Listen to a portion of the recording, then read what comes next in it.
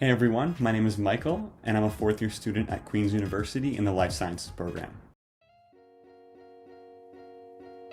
So I chose Life Sciences at Queen's largely because in grade 12 I knew I was interested in the sciences like biology and chemistry, but I actually didn't really know what stream I wanted to go into, and so fortunately Queen's offers a first year general science program before you have to choose what specialization you want to go into. And so I found that really beneficial to me to take some courses and figure out what I like and dislike, and then you can choose from a variety of different majors such as life sciences, biochemistry, chemistry, or physics. And then in upper years, I found that life sciences really offered a great blend of some of the biomedical sciences like anatomy and physiology, as well as some of those social sciences like global and population health.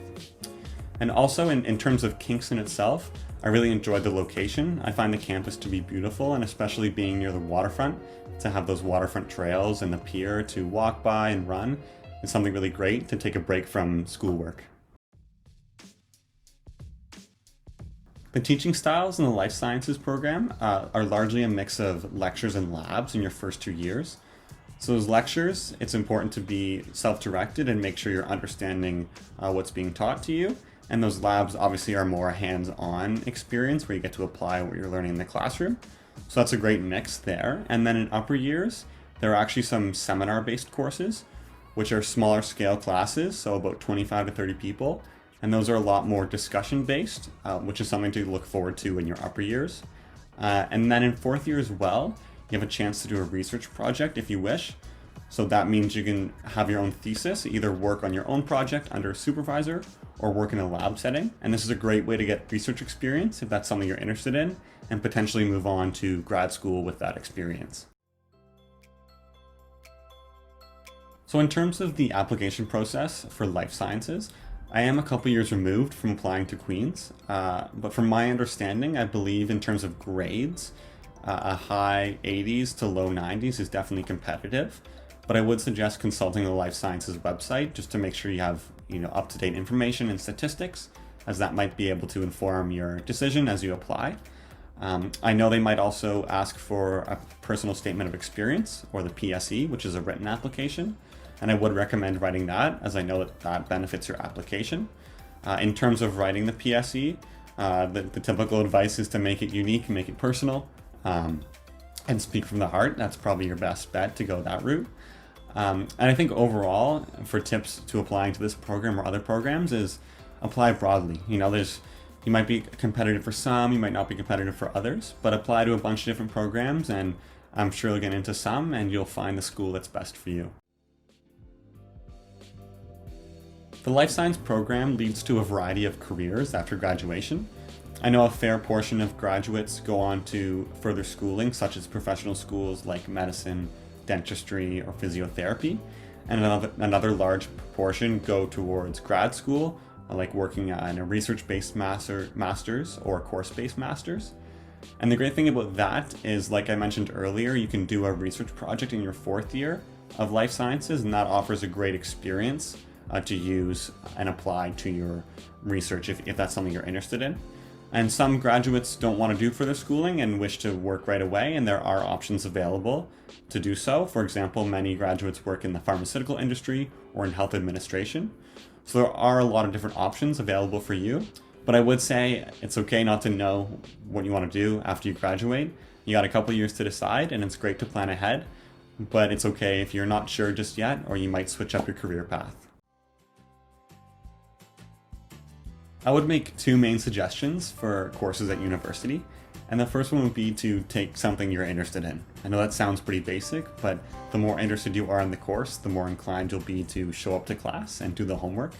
There's so many hidden gems of courses at Queen's, so do some research, ask some upper year students, and you'll find some fantastic courses. For example, there's an upper year course in advanced topics in infectious diseases, and there's one in health ethics, law, and policy. So there's lots to choose from, and I'm sure you'll find something you're interested in. And my second tip would be to make sure you're balancing that workload. So some courses might be a little bit heavier than others.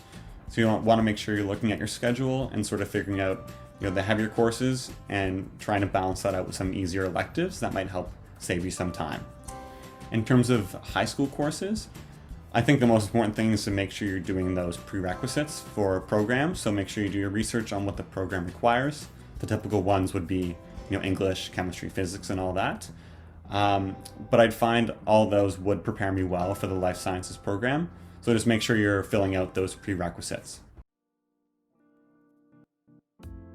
What I'd suggest in terms of studying in life sciences is just to find out what study habits work for you, because obviously some might be better for you and some might not work. So just taking that time to try out different techniques and implementing the ones that are best. For example, in my first year, I studied a lot differently than the way I study now in fourth year.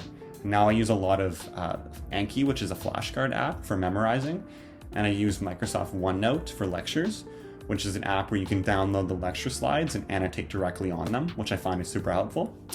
But again, I'd say it's definitely up to personal preference. The university experience beyond academics is actually one of the highlights of my 4 years at Queen's, simply because there's just so many opportunities to get involved in on campus. There's a lot of clubs that you might be passionate about, and there's also a variety of intramural teams you can get involved in really easily. For example, there's water polo and dodgeball teams, which are both a blast. Also, residence is a great experience. I was in res in my first year, and I found it was an awesome way to make new friends and get involved in that on-campus lifestyle. In terms of making friends, it can definitely be challenging because university is a new experience and a new environment for so many people. But I would say that there's people in the same boat, so put yourself out there a little bit, and I'm sure you'll make some friends and have a great time. An important part about university is knowing what resources are available to you as a student, and thankfully Queen's has a bunch to choose from.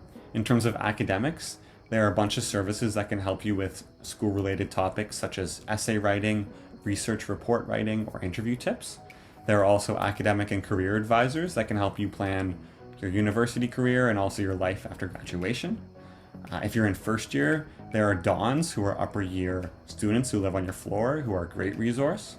In terms of mental health support, there's the Peer Support Center, which is peer-to-peer support. There are online resources like Good to Talk and Empower Me, and there's also professional counseling and therapy services available through Queen's. A tip I would give my first year self would be don't be afraid to reach out for help. Whether that's academically, reaching out to profs or TAs or student success services to get help on assignments is super beneficial, and they're all willing to help you. Whether it's your self-care, reaching out to friends and family, or resources at school that I mentioned earlier, don't be afraid to do so. And just make sure you have a balance of stuff to do outside your academics, because academics can be stressful at times, but spending time with friends, spending time on sports teams or on clubs, doing things you're passionate about, really makes for a wonderful university experience.